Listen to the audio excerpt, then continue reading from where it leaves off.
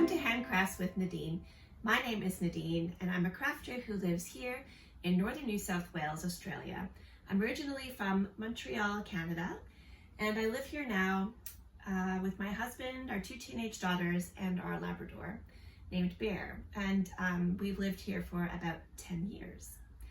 Today I'm going to be talking to you about the top that I'm wearing, blocking my Skymnings shawl, the progress that I've been making on my Heirloom Jumper, also the progress I'm making on my crochet cushion covers, and I think a few times in my past episodes I've mentioned how I've used an H&M duvet cover to do a lot of my sewing clothing. So I thought that I'd show you everything that I've made with the duvet cover today as well. Okay, so to get started, what I'm wearing, this is the Ripple Top or Ripple Crop Top by Jessie Maed. And I used Nundle undyed yarn. I believe it was a merino with a little bit of silk. And I dyed it. I originally dyed it using avocado pits. So yeah, I really wanted to try to naturally dye it. So I collected a bunch of avocado pits, kept them in the freezer, and after I had a bunch, I boiled it, and you get this kind of beautiful pink color, funnily enough, and dyed the yarn. However, the end result was it was pretty, but it was very, very pale. And like I mentioned last week, I'm more of a winter color, so pale colors, pastels, they kind of wash me out. So I wanted to make it a bit darker. So I went back in, I popped it back into the pot on the stove, and I added some food dye. I added some red, some pink, and a little tiny bit of blue. So you can see what color it made. So I prefer it. Oh, and also, I think originally, because you start bottom up, I'd started it here, and I thought it was a little bit too short. So when I finished it, I went back and picked up stitches along the bottom, and then I knit the ribbing, and you can see where I picked it up, but I don't mind, because I think it kind of makes it look more like the proper hem on the bottom, as opposed to being continuous. So that's all right, I don't mind. Okay, the next thing I'm going to show you is I'd finished my Skymnings shawl a few weeks ago, I guess now, but I hadn't blocked it. So I just thought I'd show you what it looks like now that it's blocked. It's made in Effect Garn by County, and it's very, very drapey. It's very light, very springy still, but it has really grown a lot, which is great. I wrote down the measurements pre-blocking. So before blocking it, along the top edge was 132 centimeters. And then after blocking, it was 160. So it grew almost 30 centimeters. And then this way of the triangle, so if that's the triangle from top to bottom, it was originally 65 centimeters and ended up 73 centimeters. So it grew quite a bit, and I didn't even, I'll insert a video of how I blocked it.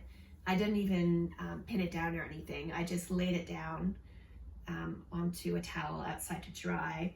Occasionally gave it a little tug here and there, but I didn't even do anything too forcefully. So yeah, I think it's really a great length now to go around and have, yeah, enough here to kind of keep it on. So I'm very pleased with that. It's actually, the temperature is dropping lately. It's quite cold today. So I'm going to be taking Bear for a walk this afternoon. I think I will definitely need this around my neck to keep me cozy. All right. So the next thing I'm going to talk about is the progress I'm making on my Heirloom Jumper. Okay, I've made quite a bit. Here it is. So I've separated the sleeves and popped them onto those barber cords here and here. I don't know if it's just me, but I have such a hard time with these barber cords. They, when I stick them on and start sliding the stitches onto them, so many times it's popped off. And then I'm like panicking because all of my stitches are, you know, loose or not attached to anything. So then I have to try to, you know, wiggle that back in and wiggle that in. And it's just, it happens almost every time. I don't know if I'm doing something wrong, but anyways. So that's the back, and it's really cool the way it's done. It is done in the round, even though it looks like it's knit flat. So it's very clever. Increases happening here, and a little bit of a puff sleeve here. There was two options, one with a very big puff, and I did the one with a very slight puff. And I'll just show you the other thing that I changed is instead of the lace panels at the front, I'd opted to do cables here and here, and then I did baubles down the middle, which maybe you can see if I put it on the side. There's those baubles. I think it looks kind of cool. It kind of gives them the impression of buttons. So I've tried it on. It's actually nice and soft. So that's made with the Holst Super Soft, held with Holst Titicaca, and I know that it will get softer when I block it because that Super Soft has a spinning oil in it. So yeah, you know, already it's soft enough for me, so I'm very excited to see what it's gonna look like afterwards. So I've got a few more centimeters to do. It's a zero ease fit, so yeah, it's gonna be very pretty. I'm very excited. I'm loving how the colors have turned out together. I used the color Slow, which is this one here. So it's like a navy blue with some purple in it. And the other one is, oh boy, hold on a second. I know I have the tag in here somewhere. There it is. That one is called Favorite Blossom. I think it's Favorite. It's FRV Blossom. So that's how that's coming along. I just love it. And that is made by, the design is made by Fabel Knitwear. Okay, last week I showed you some crochet cushions that I've been making, and I ran out of yarn. So the cotton yarn that I got from Spotlight was from, I think, 2 kits that were to make granny square bags with like a little plastic handle. So I think they were on clearance. I think it was only like $7, and it had all these little tiny balls. They must have been like 25 grams of a little ball of yarn of different colors. So I didn't make the bag that the pattern was for, but instead I was making these other granny square bags, which I showed, I think, in my first video. But I really love the colors of one of them, and I thought they would look great on our couch. So yeah, I wanted to make them into cushion covers. However, it wasn't long enough. So from an op shop, I went and found these cushions, which turned out to be IKEA feather cushions once I took it out of the pillowcase that it came in. I really love feather cushions, and I thought they'll be really comfy on the couch. So I went into my stash. I have quite a bit of cotton in different colors, and I didn't have anything that was close, but I went with this mustard yellow. So I think even though it's not in any of the previous rows, I think it kind of complements. So here's the other one. They're not the same. I just used a different order of the colors kind of to make sure I had enough of each of the colors, because as you do granny squares, you know, the further you get out, the more and more yarn you use. So I'd found that color. I was thinking of doing navy blue last week, but I found this fabric that I had. I got this at Spotlight. It's a cotton and linen blend. I think it was on clearance for $6 a meter or something ridiculous. So I bought a whole bunch. This is not my color, so I don't think I'd ever make a garment out of this. I have made a skirt out of this last year, and then it was in my bag, which I don't even know how, but somehow ended up with a big a big stain of coconut oil on it. I don't even know what happened, but anyways, so that was totally ruined, but that's fine. So yes, just show you, I thought I would make a pillow case out of this. And then I haven't sewed my ends in, but this will go on top. And then you can kind of see how having the mustard underneath kind of brings it all together. So that's that one. And that's the other one. So I think they're gonna work. And as far as making the pillow cushion, this is the pillowcase that it came with. Look at all the feathers sticking out. So I just flipped it inside out, and I'm gonna use that as my template to cut out the fabric for the front. Yes. And then for the back, I was gonna make, I think it's called an envelope case, where there's like a slit so you can take the pillow in and out if you need to wash the case for whatever reason. So for that, you just make, two the same width, and then both of them longer, so that there's an overlap here, like an overlap like that. And then that's where you put the cushion in. So that's what I decided to do with those. Okay, lastly, I was going to show you the I have two more of these that I haven't even opened, because honestly it's just such a bargain. I paid $39.99 for the whole thing, and in Australia there's no tax, so that's the price. It was originally $99.99, and even at that, I must say that's really good value, because it's 55 inches by 83 inches, or 140 centimeters by 210 centimeters. That's a lot of fabric. And you double it because it's a duvet cover, so it's got two sides, and it also comes with a pillow. So there's so much fabric in here. It was really a great deal, because in Australia, in order to get good quality linen, I would say you're talking $30 a meter, $35 a meter. So it's very expensive. So like, for example, to make a Hinterland dress, you need 3 meters of fabric. So that's like over, around about $100 already just for one dress. And I'll show you what I've made from this. Okay. Oh, like I said, I found this one in the gray. I've made something for my mom, who is also a winter like me. So I tried to dye it pink. However, it didn't get very saturated. I'm not sure if that's because of the linen. It's already been dyed, so it might have been almost at its capacity.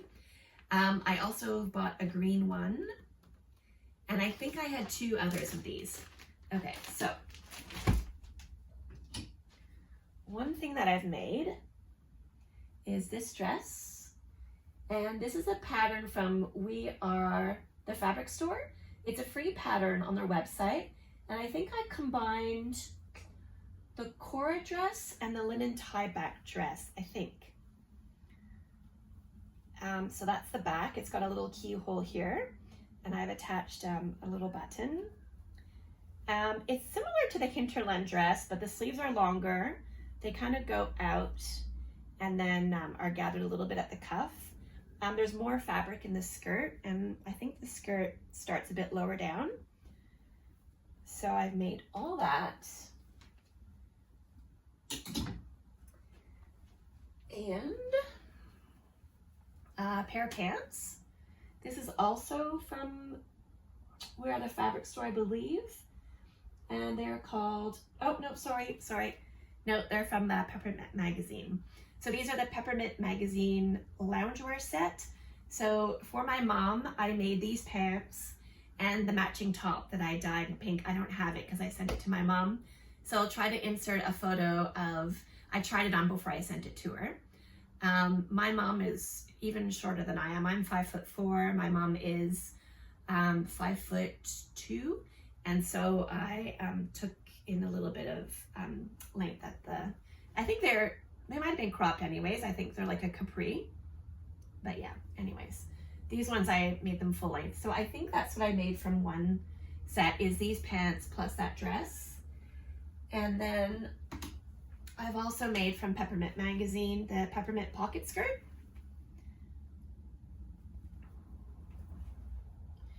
So this is a really cool dress, or skirt rather. Does the pocket stick out the way that you make it? They kind of pop out a bit from the skirt, which I think is very cute. So that, plus the set for my mom was from another duvet. And then from the green one, I made the Estuary skirt from So Liberated. I guess you would say somewhere from beginner to intermediate for sewing. I love the result of sewing. I don't really love sewing. I have a lot of trouble with the machine. I think what the issue is when I knit, when you're knitting, when you're crocheting, you're like go, go, go, go, go, go, go. And then when it comes to sewing, I just want to go with the machine, and you can't do that. You've got to take your time. And yeah, I just have no patience. I just want to go, and then my lines are always wonky. Like you can see the bit this side on the top here was longer than that side, so it's all bunched up to make the buttons go together. The pockets, you sew the pockets on afterwards, and one of them was just completely nowhere near where it was meant to be, so I think I couldn't even rip it out. I think I had to just redo that whole panel and put this thing on. And the back of the elastic has 2 lines going across it. They are nowhere near straight. They are very, very crooked. But I think you'd have to look really closely to see those things. So it doesn't bother me. So it's a very nice skirt. I love that one. And from that, I also made a Hinterland dress.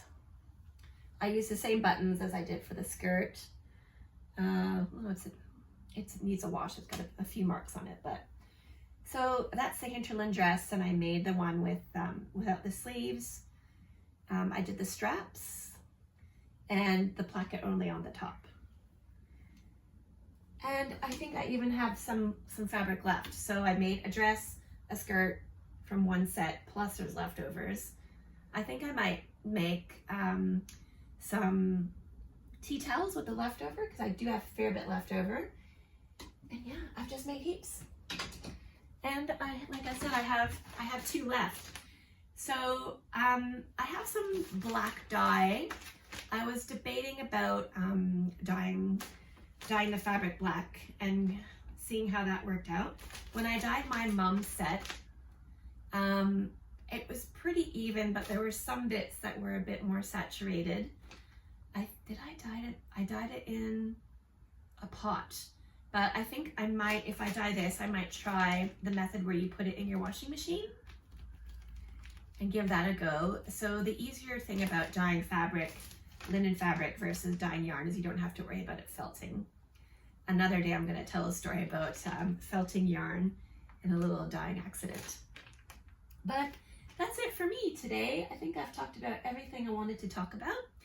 So I hope that you've had a lovely week, and I'll try to put up another video next week. And I hope you get to make something beautiful with your hands. Thank you for watching. Please like and subscribe if you so desire. Thank you.